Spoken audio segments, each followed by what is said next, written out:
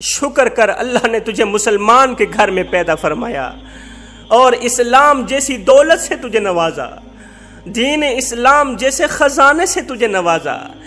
دین اسلام کیا ہے؟ اسلام ایک پاکیزہ اور خوبصورت مذہب ہے جس نے تجھے خوبصورت زندگی گزارنے کا ڈھنگ سکھایا، جس نے انسانیت کو خوبصورت زندگی گزارنے کا طور طریقہ بتایا۔ میرا اللہ فرماتا ہے، او میرے حبیب کے امتی، آگے کی طرف دیکھ یا پیچھے پلٹ کر دیکھ، دنیا کے کونے کونے پر اپنی نظر پھیر کے ایمان سے بتا کہ جتنی عزت میں نے تجھے دی ہے اتنی عزت کسی اور کو دی ہے؟ جتنا مقام دین اسلام میں آنے والوں کو ملا، جتنا مقام دین اسلام والوں کو ملا، اتنا مقام کسی اور مذہب کے اپنانے والوں کو ملا ہے؟ نہیں ملا نا۔ یہ تو دنیا میں عزت اور مقام تھا جو میں نے تجھے عطا کیا، جب تم مر جائے گا تو تیرا مقام اس سے کہیں زیادہ بڑھا دوں گا۔ کیا تو دیکھتا نہیں ہے کہ جب کوئی مر جاتا ہے تو اس کی لاش کتے بلے کھا جاتے ہیں؟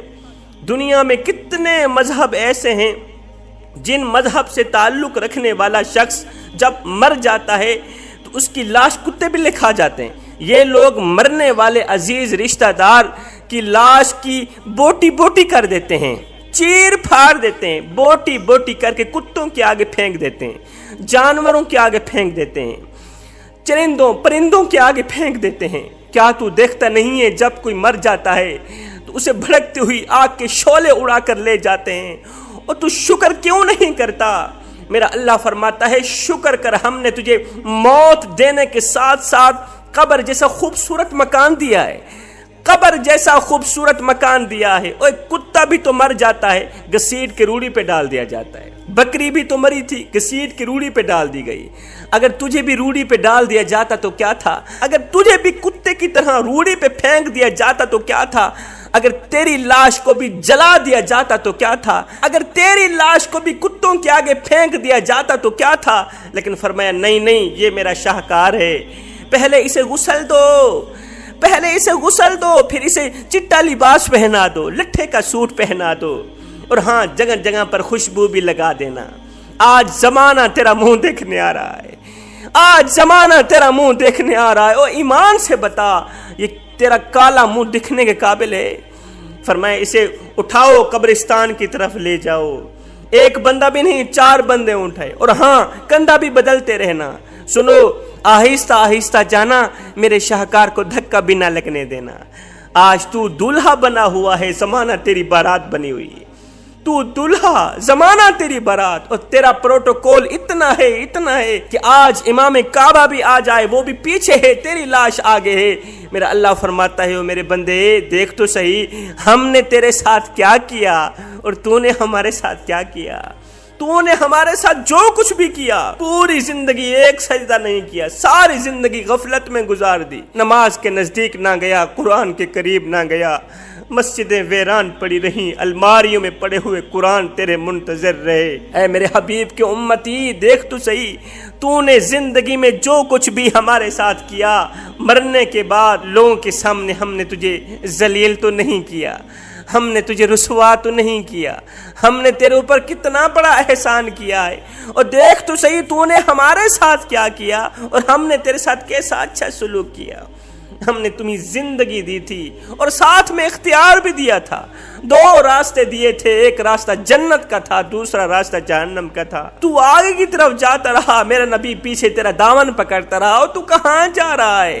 وہ آگے آگ ہے، آگ کے شعلے بھڑک رہے ہیں، جہنم کی آگ بھڑک رہی ہے، اور جیتے جی جہنم میں کیوں جلنا چاہتا ہے؟ اور پیچھے پلٹ کر آ جا، پیچھے پلٹ کر آ جا، میرے رب کی رحمت تیرا بڑھ چڑھ کے انتظار کر رہی ہے، وہ تو آوازیں لگا رہی ہے۔ اور میرے حبیب کے امتی، ایک بار تو میری چوکھٹ پہ آ کر تو دیکھ، ایک بار اپنا دامن پھیلا کر تو دیکھ، اور بخشش کی حد نہ کر دوں، مجھے رب العالمین بھی نہ کہنا، بخشش کی انتہا نہ کر دوں، مجھے رب العالمین بھی نہ کہنا۔ اے دین اسلام کو چھوڑ کر لا تعداد خداؤں والے مذہب کو اپنانے والو، مجھے اتنا تو بتا دو، آج جس بیٹی نے تمہارے گھر کو پر رونق بنا رکھا ہے، جس بیٹی نے تمہارے گھر کو جنت کا ٹکڑا بنا رکھا ہے، اس بیٹی کو مقام کس نے دیا؟ اس بیٹی کو عزت کس نے دی؟ اس بیٹی کی محبت تمہارے دل میں کس دین نے رکھی؟ میرے نبی کی آمد سے پہلے تو لوگ اپنی بیٹیوں کو زندہ زمین میں گاڑ دیتے تھے، زندہ دفن کر دیتے تھے۔ جس گھر میں بیٹی پیدا ہوتی تھی تو اس گھر میں رہنے والے ہر ایک شخص کی ناک کٹ جاتی تھی۔ وہ بیچارہ معاشرے میں منہ دکھانے کے قابل نہیں رہتا تھا۔ وہ معاشرے میں منہ دکھانے کے قابل اسی لیے نہیں رہتا تھا کہ اس کمبخت کے گھر بیٹی نے جنم دیا۔ اب جب تک یہ اپنی بیٹی کو زندہ دفن نہیں کرتا تھا تب تک اسے عزت نہیں ملتی تھی۔ اب جو شخص بیٹی کو زندہ زمین میں گاڑ دیتا تھا لوگ کہتے تھے واہ جی واہ، اس نے تو بڑا ہی کارنامہ سر انجام دیا، اپنی عزت بچانے کے لیے اس نے اتنا بڑا کارنامہ سر انجام دیا، یہ بندہ واقعی عزت کے قابل ہے، یہ بندہ بڑا ہی سمجھدار ہے، عقل مند ہے، اس لیے تو اس نے بیٹی کو زندہ درگور کر دیا۔ نادانو، آج تمہاری بیٹیوں کو مقام ملا کس نبی کی آمد کے صدقہ ملا؟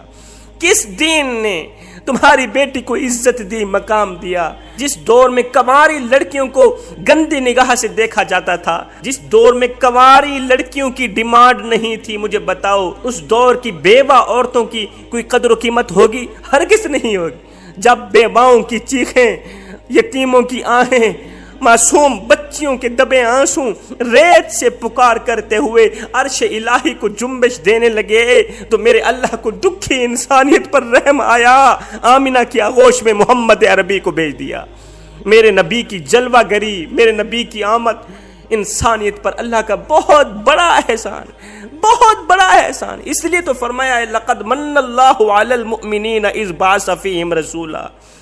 یہ احسان عظیم ہے ہمارا تم پر کہ ہم نے تمہیں اپنا محبوب عطا کیا۔ خدا را جوانو، دین سے محبت کرو، دین والوں سے محبت کرو، دین سے وفا کرو، دین والوں سے وفا کرو۔